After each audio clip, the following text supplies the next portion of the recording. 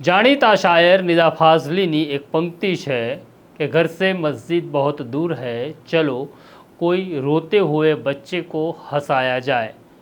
आ पंक्ति अत्यारे कोईने लागू पड़े छे तो મહીસાગરના એસપી સફીન હસનને लागू पड़े छे। સફીન હસન आम तो इस्लाम में भरोसो करनार बंदा है, पण તેમણે મસ્જિદમાં નમાઝ અદા કરવાને બદલે બાળકોને ભેગા કર્યા અને પછી જે કામ કર્યું તેની વિગતે વાત કરવી છે।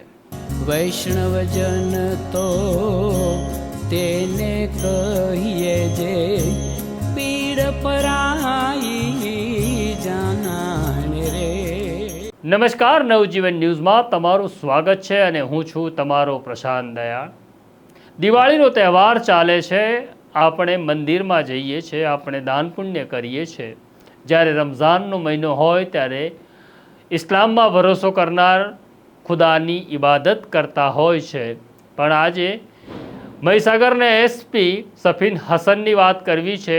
તે ઇસ્લામમાં ભલે ઇબાદત કરતા હોય, ઇસ્લામમાં ભલે ભરોસો કરતા હોય, પણ આજે તેમણે એક જુદા પ્રકારની ઇબાદત કરી અને તેમણે નમાઝ અદા કરવાને બદલે બાળકોને હસાવ્યા, બાળકોને ખુશ કર્યા।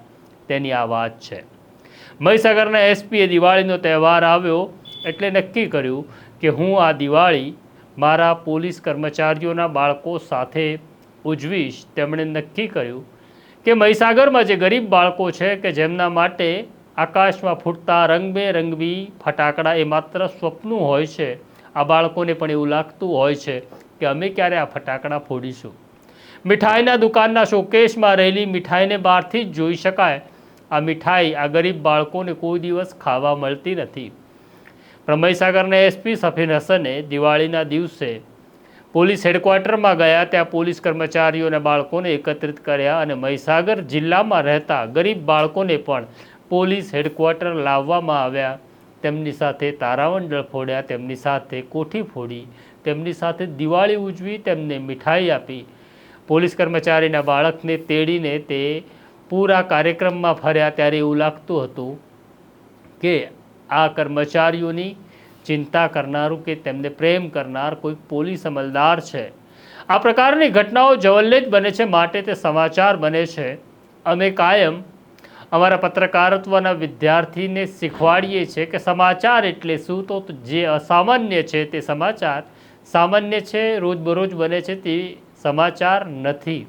પોલીસ અધિકારી જ્યારે આવું કામ કરે છે ત્યારે સમાચાર એટલા માટે બને છે કારણ કે આપણા મનમાં પોલીસની જે છાપ છે એ પોલીસ એટલે વૃક્ષ, હૃદયનો માણસ, જેનામાં સંવેદના નથી, જે બીજાની લાગણીને સમજી શકતો નથી અને કાયમ બસ ડરાવે છે એવો પોલીસ આપણે કલ્પ્યો છે અને કદાચ આવા પોલીસવાળા આપણે જોયા પણ છે અને એટલા માટે આ ઘટના મેં તમને બતાડીએ છે। પછી અમદાવાદના દરિયાપુર વિસ્તારમાં પોલીસ ઇન્સ્પેક્ટર દેસાઈ હોય કે બેચરાજીના ઇન્સ્પેક્ટર વાઘેલા હોય અને પછી એ મહીસાગરના એસપી સફીન હસન હોય, જ્યારે દિવાળી કોઈ બીજા સાથે ઉજવે છે ત્યારે એવું લાગે છે કે અસામાન્ય ઘટના છે। તો આ પ્રકારની સ્ટોરી તમને જોવા મળશે crime story by Prashant Dayal.